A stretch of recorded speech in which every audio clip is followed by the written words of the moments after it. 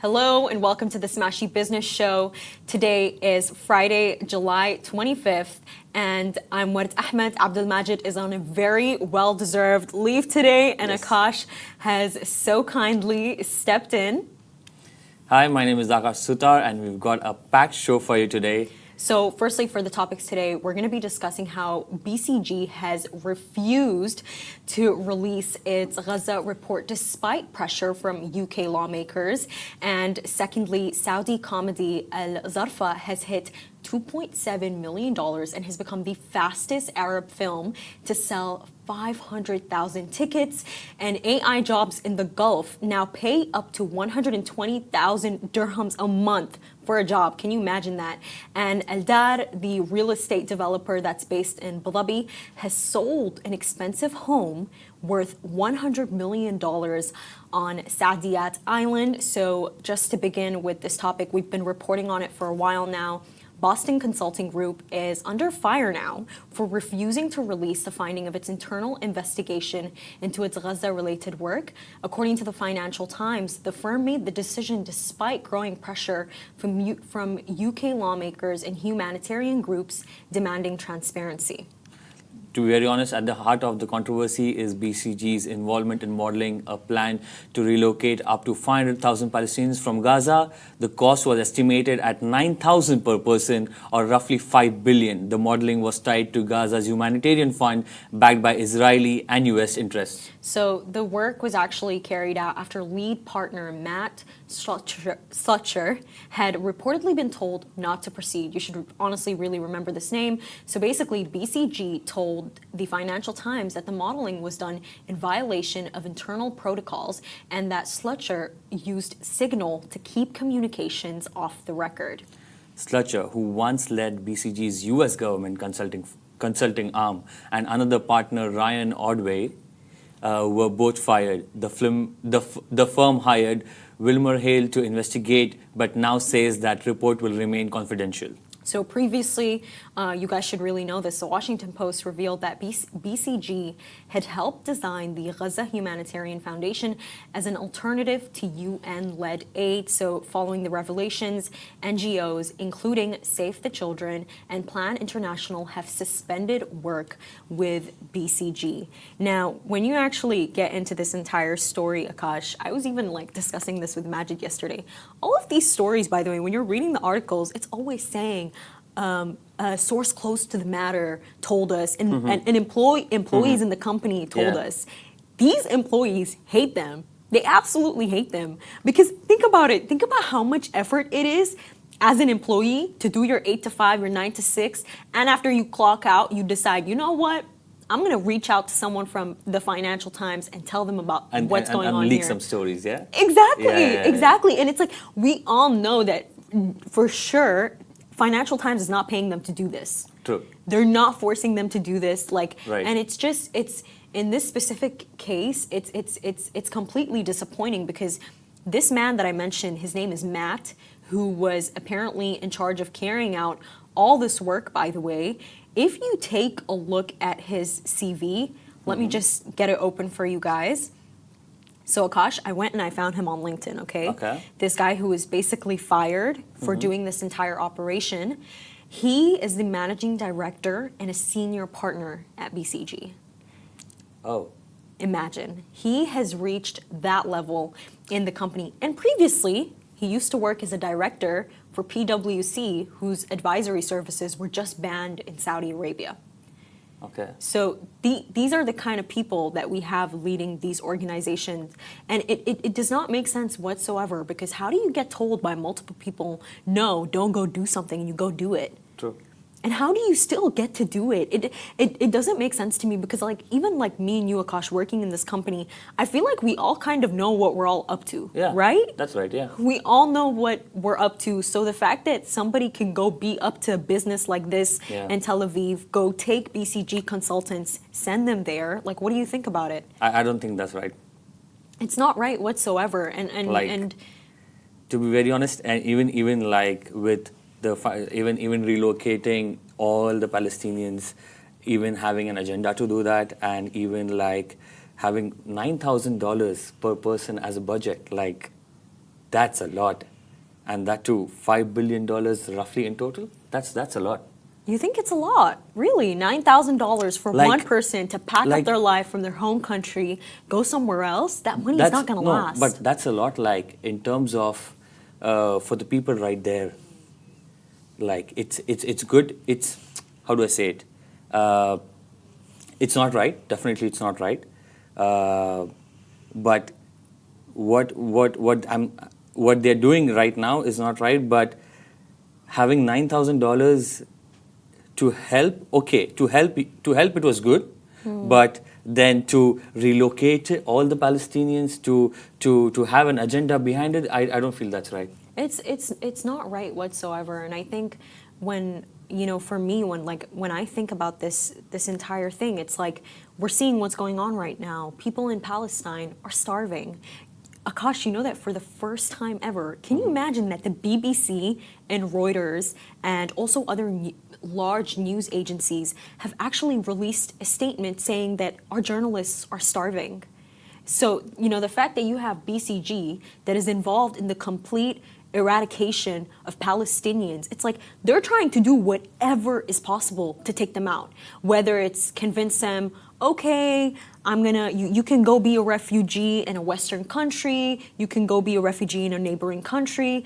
It's like it's crazy because it's reached a point where they're like, okay, we can't convince them to leave their home country, then why don't we starve them all?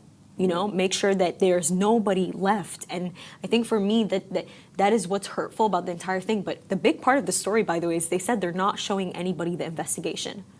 It's the fact that they did like an internal probe into the entire investigation. They're like, we're not revealing it. Yeah, and also I believe they also like are not admitting to the fact, right? No, they are admitting, by the way. The two partners were fired. There was some work done here. There were partners that were asked to step down. I believe the chief advisor officer was asked to step down. But by the way, he still gets to be a partner. Oh. So like if you're the chief advisor officer, you have to take a look at the risks involved with different projects. Yeah. So I guess that's why he was asked to step down from his role, but he still gets to be a partner. So I think this entire situation is so unfair because you have people doing evil stuff like this, and they don't lose their jobs. That's true. And it's just it's genuinely very crazy to me. But just to move on to our second topic now, a Saudi, just to go into something a bit lighter. So a Saudi comedy has made box office history. So AlZarfa Escape from Hanun Hell has officially become the fastest Arab film to sell over 500,000 tickets in Saudi Arabia, achieving the feat in just 21 days.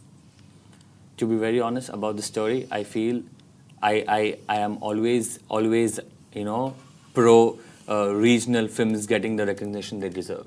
Honestly, yeah. To be very honest, for sure. Even back home from my country, or if there is a regional film, we need to watch because it's a film that has been rooted by the locals, by the people involved in the country and are staying there for a longer time. So they know the country, they know their culture, they know what the world need to see.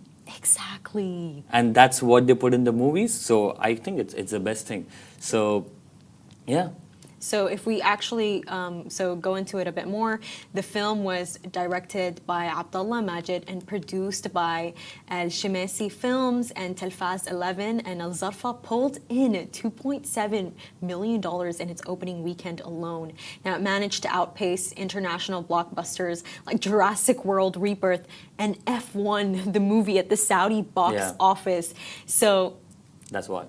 It's crazy, and the film's success is being seen as a major moment for Saudi cinema. So executive producer Ibrahim says the numbers prove audiences are hungry for stories told in our own voice, and that's exactly what Akash just said. Yeah. The rise of AlZarfa follows the footsteps for Satar, another Saudi hit that proved the commercial viability of homegrown stories. It also highlights the maturing of the kingdom's entertainment industry and a shift in regional box office dynamics. So as of Thursday, July 24th, AlZarfa began screening across cinemas in the Gulf region. Its regional rollout will be a major test of cross-border appeal as producers aim to expand the reach of Gulf storytelling across the GCC. Akash, they sold 500,000 tickets. I'm glad. I'm happy. 500,000 tickets. I'm happy. And I even read this thing somewhere, by the way, that the Saudi film industry is expected to hit about $1.5 billion by 2030. And I'll tell you why this number is really important. Do you know how much Hollywood is worth? Hollywood is worth over $2 billion. And listen, rightfully so. They've been building this for a very long time. Yeah. But to have a country like Saudi Arabia, in which cinemas were banned not just a while ago, to have that kind of expected revenue to be generated by that time, that is a huge feat. Don't you think so? It's it's so big, and I think like we have to give them so much credit here because Akash, I think me and you were having this conversation about Saudi Arabia, the production industry, the videographing industry, and I remember you were telling me you were like you can't judge whatsoever what stage they're at. Do you remember? Because, like, to be very honest, they have recently opened up. So to gauge and to compare their growth with the world's growth right now is not. I don't feel that's right because every other country has their own time and their own pace to grow. Saudi is really growing like at a really faster rate, which I'm really glad. And even the entertainment industry, the things easing out. I think it's to be.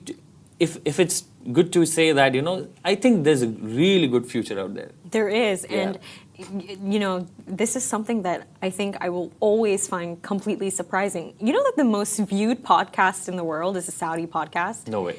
I'm serious. It came out of the studio called Thamania, which is now going to be the media company that is in charge of streaming the major sports football games in Saudi Arabia. But point is, it was this episode and it was this guy and he was basically just talking about rizq. So your fate in Islam and love. And imagine that is the most viewed podcast in the world. And we know how podcasts are like such a big thing now. We have so many podcasters. It's become like a really big industry. So the fact that you have all of this beautiful art that is coming out of Saudi, you know that it has always existed there. So I'm even more excited to see like what more they're going to do. That's true, because imagine a country that has recently eased up is now having the world's most listened, heard podcast ever. I know. Like, people are actually going and looking and searching and listening to them. Like, that's really good. It is, and just to give a shout out to two that really stand out to me. For sure, it would have to be The Mo Show and Solif Business. Okay. Both of those, I totally recommend them. And something else that I honestly never thought would be recommended is AI jobs, and AI jobs that are paying extremely high. So basically, this Dubai-based recruitment firm, Candor, has opened a high-level vacancy for a head of artificial intelligence role in Abu Dhabi. The position offers a salary of up to 120,000 dirhams per month, in addition to performance-based bonuses.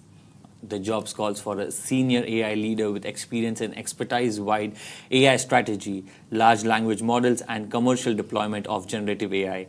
The listing reflects the growing demand for top-tier AI talent across the Gulf region. So this hiring push aligns with a broader regional trend. Companies such as Ittihad, Talabat, and Revolut are actively expanding their AI capabilities. So the Gulf's tech sector is positioning itself to compete with global hubs like Silicon Valley, where top AI professionals are earning salaries in the tens of millions of dollars annually. Candor's role signals a strategic shift towards localizing AI innovation and leadership. Rather than relying solely on imported expertise, the Gulf is investing in building a sustainable AI talent ecosystem with both regional and international recruitment efforts. And this hiring, it's going to be set to intensify more and more. But gosh, is this not crazy? It is. To be very honest, it is.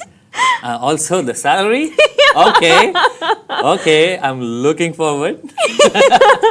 but to be very honest, I think AI is somehow shaping how we see things, because now sometimes I have heard a lot of people say, you know what, let me just chat GPT it instead of the phrase going, let me just Google it. So if people are actually changing how they speak, then it's a sign.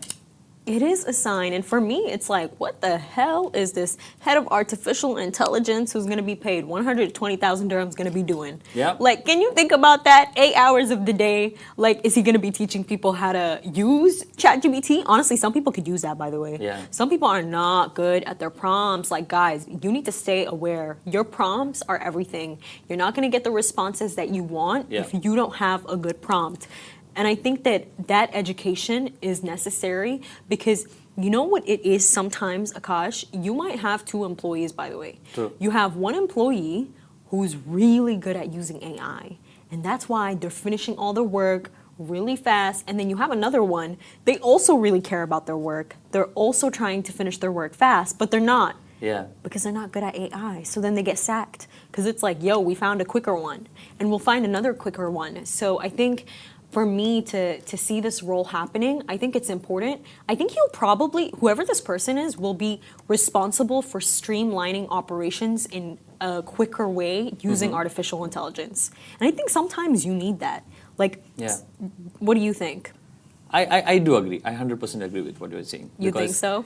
No, like on a real note, you think we need a head of artificial intelligence? To be very honest, yes. Oh, really? Yes, we do. Because imagine like getting stressed about, oh my God, how do I do this? Okay. But then you have a person who says, oh, you know what? Okay, this is a software, this is this. You will get this done in the next 1 minute. Or, in the beginning, you might take 10 minutes to get the prompts right. But tomorrow, it will be done in a minute. So isn't that good? Yeah, but like, where would you find someone who's literally educated on every single form of AI? Sometimes I do question. AI recently got glamorized, recently got... That's all they talk about. By the way, I'm kind of sick of it. Recently got talked about. I am not sure how much of experts are there out there.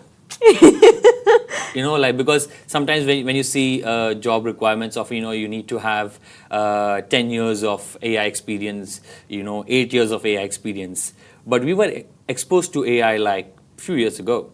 Literally. Like the general public. There might be engineers, there might be software engineers who might have knowledge about AI since a very long time. But this is the salary being $100,000 to $120,000 is wild. It is literally wild. And you bring up such a good point, because it's like, I feel like, do you maybe think that employers are asking for something unreasonable? Like, what do you mean 10 years of AI experience? Yeah, exactly. Where am I going to get that from? Exactly. Like, OpenAI was founded 10 years ago, the company that created ChatGPT. So how do you expect us to catch up this quickly? Exactly. No, that is a good point. I'm gonna keep an eye out for that, by the way. Okay. On LinkedIn, I always see these kinds of things. And for our final story of the day, Abu Dhabi-based developer Aldar has made headlines with the sale of what it says is the most expensive home ever sold in the UAE capital. The ultra-luxury mansion, part of the Faya Al Saadiyat project, was sold for 400 million dirhams. Basically, it is $109 million to be specific. Now, located on Saadiyat Island, the beachfront home spans over 6,500 square meters and features 8 bedrooms. So the property includes a private car gallery, a golf simulator, a home cinema, and a wellness and fitness suites. So residents also enjoy direct beach access. So this sale comes as Abu Dhabi's luxury property market continues to surge, driven by demand from high net worth individuals. According to Aldar Development CEO Jonathan, Saadiyat Islands remains a magnet for global buyers. He credits Abu Dhabi's long-term vision, including investors-friendly policies and infrastructure investments, for driving momentum in the high-end market. So a recent report by Bloom Holdings showed Abu Dhabi has the country's highest number of homes priced above $1 million, 352 listings in total. So between 2020 and 2025, property prices in the capital surged 202%. So this comes as Abu Dhabi's population jumped from 2.7 million in 2014 to over 4.1 million last year. These numbers are crazy. Really crazy. Aldar said it sold 85 billion worth of property on Saadiyat Island in the first half of 2025 alone. Foreign residents made up to 86% of buyers, primarily from Russia, France, the UK, China, and the US. Faya Al Saadiyat, with just 21 homes, is set to completion in 2028. Oh wow, that is crazy. That is crazy. And also, like, so much real estate by 2028. That's good. And you know what I love for these home buyers is the fact that, you know, by 2028 they get their home handover. By 2030 they probably fix the home up, and hey, by 2030, even the number sounds weird to me. Gosh, I can't even say it out loud. True. I know we've been saying 2030 a lot, but you know, it does feel far to me. But by that time, you're gonna have Disneyland that's gonna open up. Oh yeah, exactly. So these people, like, by the way, their homes, for sure, the value is gonna go up. 100% it's gonna go up. And Akash, thank you so much for jumping on the show today. Loved having you with me. And that's a wrap for today, everyone. Thank you so much for tuning into the Smashi Business Show. Make sure to follow us across all social media channels at Smashi Business and stay ahead with our daily newsletter. You'll find the subscription link in the description. Now, this has been a Smashi Business Show, a Smashi Business production, part of the Augustus Media Podcast Network. A big shout out to our 2 million monthly listeners across all platforms. You make this possible. If you're one of them, we appreciate you.